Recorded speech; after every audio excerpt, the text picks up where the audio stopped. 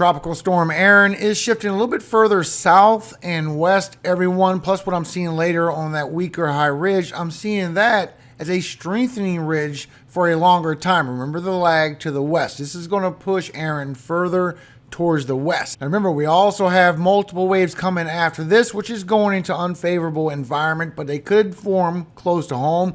I did post my community tab, the one that's going over the southern Gulf, and it's not really showing a big threat for Texas. I will show you. Plus, we had another flooding event last night, everyone. Chicago had some flooding, but especially in Tennessee, and we do have some severe weather. Chances for tornadoes, damage and winds, and hail. I will go through all that in this video. Now, you can see the latest information on Erin. It don't have that vortice tugging it further towards the south, and the other vortices are going further towards the east, so it's getting out on its own, but it's still getting some of this dry air that is still entraining further into the system, and is creating problems where it don't have thunderstorm growth at all on the eastern side of this storm.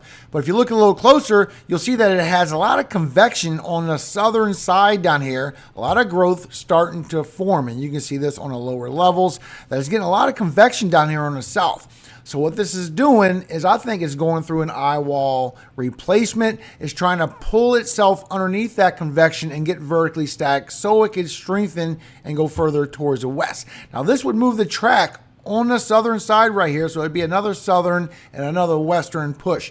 That's what's happening, I do believe. But you can see we do have this. I did post this on my community tab yesterday. This is not showing any big threats. I'm not even going to talk about maybe a possibility for more flooding in southern Texas like before, because that's a PTSD issue. You shouldn't even be mentioning that. I don't think that is even close to a possibility, and neither does National Hurricane Center. Showing it is forecast by a group of meteorologists to move west, northwest across the Yucatan Peninsula today with no significant increase in organization. Some development of the system is possible after it emerges across the southwestern Gulf beginning on Thursday, while the system moves west, northwest, or northwest at 10 to 15 miles per hour. And that's all that's expected out of this system. There's no hydraulic outlook, nothing like that. But to give it its best chance, you can see here with your deep ocean heat content, there is some deep ocean heat right in front of the Yucatan, but once again, this is disorganized and it's already going to run into land interaction, so that won't matter. It will break it back apart. And when it comes back into the Gulf, it's going to the western, southwestern portion of the Gulf. There is some deep ocean heat on the northern side of that, but not on the southern side. That could help it get more thunderstorms maybe at the last moment, but we're not even going close to the weather pattern that we was in before when y'all had that flooding. This is nothing near it. You also can see as Erin starts making that west-northwest path, it will start moving into moderate level of deep ocean heat, not into a high level, but enough to where it still has very warm waters that's going into, very low wind shear, and is still expected to strengthen to at least a Cat 3. I'm still showing a possible Cat 4. You can see this on the latest vorticity with the Ural, showing right before it goes over to Yucatan for today is going to break apart from land interaction. Then that big high pressure is going to start swinging that further towards the west. You see how disorganized it is. Then maybe once it gets towards that warmer waters right close towards the coast, it'll try and get an upper level low, bring some thunderstorms mostly towards Mexico. You see how it switches to the north by the warmer waters and just brings some thunderstorms towards northern Mexico, a little bit of far southern Texas. That is it. This is a vorticity map. This is not a thunderstorm map. At the same time, that's when we're going to be dealing with Erin coming across, and this is where this high pressure that's directing this traffic is going to go further towards the west, and it's going to squeeze all that to the west, but it's also going to leave that weakness over here in the Atlantic, and this is going to be very sensitive, this storm, which direction is going to go, because it's always guided by steering currents. Showing that in the 0Z run, the balloon data run, that this is going to go further to the west, miss the Leeward Islands, pretty far to the north, but you see how that high pressure keeps expanding while you get that weaker trough coming through, weakening down, breaking apart the high pressure for this to come a little further towards the north. So it expands more, so this is going to push it further towards the west, and then it expands a little bit more, but then we get that other trough coming through. Now, the only portion I have about this other trough is as it pushes towards the west. You see how it turns before Bahamas? That this gets grabbed by the trough, but it grabs it from the northwest. And if this trough goes a little bit earlier, it could direct it a little bit more towards the west. So I'm not saying it's going to be landfall. What I'm saying is more likely will be along that western side of the ensembles, because you can see in the 0Z run that it does pull it right away, just a very close call. Now this scenario would be better for Bermuda as well. This scenario will be better for everybody. But just to be thorough, I know Texas, you have been through a lot. You can see the very low chances of any further development out of what's going into the southern Gulf. You have an upper level low in that ensemble. You have an upper level low in these two ensembles. That is all you see. Now there is 50 members, so when you go by the other members, 5 out of 50. So that's a 10% chance of an upper level low to form right before landfall. No threat, very little rainfall coming your way. And you can see literally as you go 3 days and beyond, is barely bringing any precipitation on these storms, maybe a little bit for eastern Texas, Louisiana. This moisture is getting pushed to the west by the high pressure. This is going to help bring some precipitation towards the southwest, towards the Four Corners. Showing so far that Erin will continue a little bit on that west, but that southwest trajectory. But you see how it's trying to replace a little bit further southern, so we could see updates this afternoon of another shift, everyone. Now at the same time, you can look at this and you can see that it's still projected to curve and be that major hurricane curving. Now what's past this, I have updates for you as well. But as far as any impacts so far for the Leeward Islands, this blue circle right here shows you where you have tropical storm force wind gusts and you have hurricane force wind gusts right here in the center. Now you can see right here that you have hurricane force winds in that pink center right there. And that's the latest trajectory until we get some updates. But at the same time, you can see very minimal impacts so far. Then we have the curve, which you can see is a big circle. Still, as of making this video, you have anywhere from a 30 to a 40% chance of getting tropical storm force winds in that yellow to that bright green. That's sustained winds of at least 39 miles per hour. Matter of fact, you can see the confidence growing, everyone. This is automatic tropical cyclone forecast in 24 hours, where it's going to be in 48 hours. It does get a little bit spread already, which is surprising, but then it goes back to 72 hours, starts tightening back up, 96 hours. Really confident that you're going to see that gradual west-northwest, and then you're going to see that abrupt turn while it shifts a little bit further towards the west, but it looks like it's going to show an abrupt turn, everyone. However, we are seeing two different strengths today, everyone. Two different examples. It could really start intensifying towards that major hurricane and go further towards the west. And you have the other one that shows literally by the time we get to Thursday, when it starts pushing out the rest of that drier air, it gets its center formed really good and gets vertically stacked, goes into that warmer waters. It's going to start intensifying either way.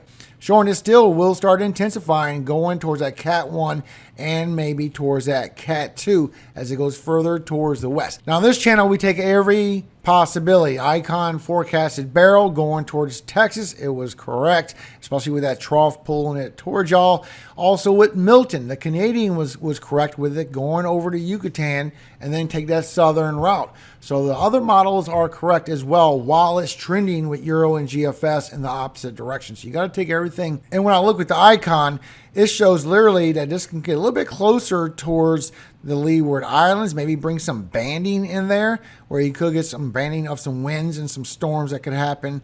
And then as this goes further towards the west, you'll notice that the high pressure is expanding while that weakening of that very weak trough comes through first, and shows it doesn't affect it too much because the high pressure is still expanding after that. That would push that further towards that western scenario. This is what the Euro is seeing in the latest run, showing it get pulled by that trough, pull it up. You see how it's more of a west-northwest pull. Then it goes north and northeast. So that's a little bit concerning. That's something new, but nothing really big you should worry about. What I'm looking at is what the update shows. So this is the 0Z run, and you can see where this is at with the high pressure and the position. And with the new run that just come in, you can see how it shifted a little bit more towards the west. Now, that don't mean that this is going towards the southeast or the Bahamas. I think this is just getting more on that western side of the ensemble. It's still a great scenario for Leeward Islands, except for possible banding as it comes through for Friday and Saturday. So it's going to bring some strong whips and some storms and winds.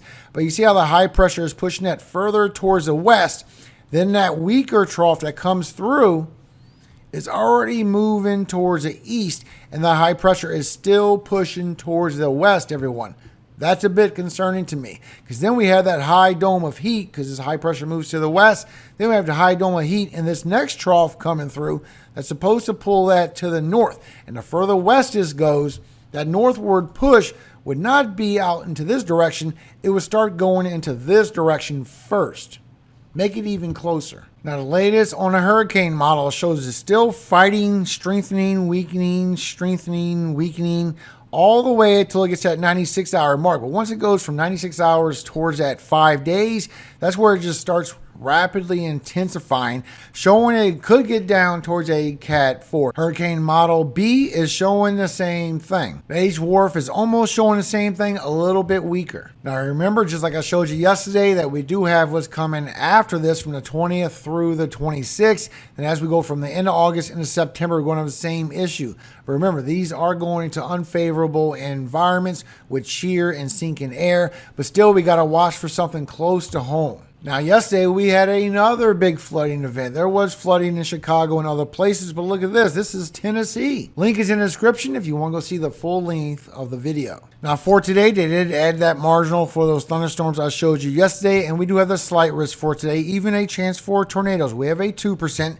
So far, here's your cities in South Dakota at risk. Now, you also have the wind threat and the hail threat. The wind threat is going to be the worst part. So far, here's your cities and states at risk for damage and winds for today. And your hail threat, which will be in South Dakota mostly. Here's your cities at risk. And you can see for this morning how you have the thunderstorms coming through for southern Alabama, Panhandle of Florida, the remnants of that low wave that was in the Gulf, that active trough. And you see the storms do ramp back up as you go through for this evening. You get some across Tennessee again, plus you get some across the southeast for North Carolina, for Virginia, going towards Pennsylvania, also for New England, bringing you another round of thunderstorms coming through, but it could be more severe towards the northeast as far as getting damage and winds with these little lines of storms. Plus what pops up later for South Dakota, still bringing some damage and winds across for that. You could get a chance for a supercell to pop up. So far, not showing a big chance, but every now and then, if you look at the run, you'll see one supercell in the middle of the front where you get a quick pop-up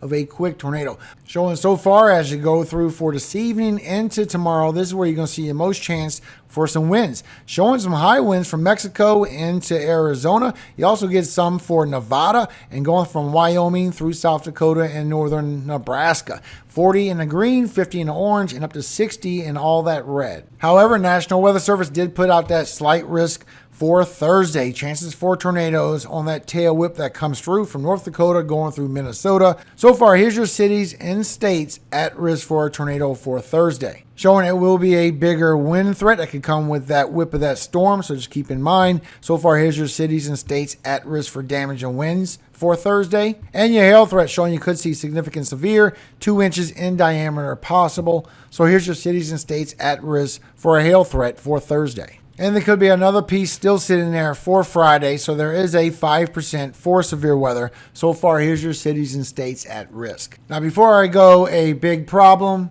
Just joking. Go support the younger generation, everyone. They go through all the data every afternoon with a live stream. This is Pat's Path Predictor. Please go support them. They're a great bunch of guys over there, and they do some great work. I really love it. I tune in myself. Usually I stay quiet in the background.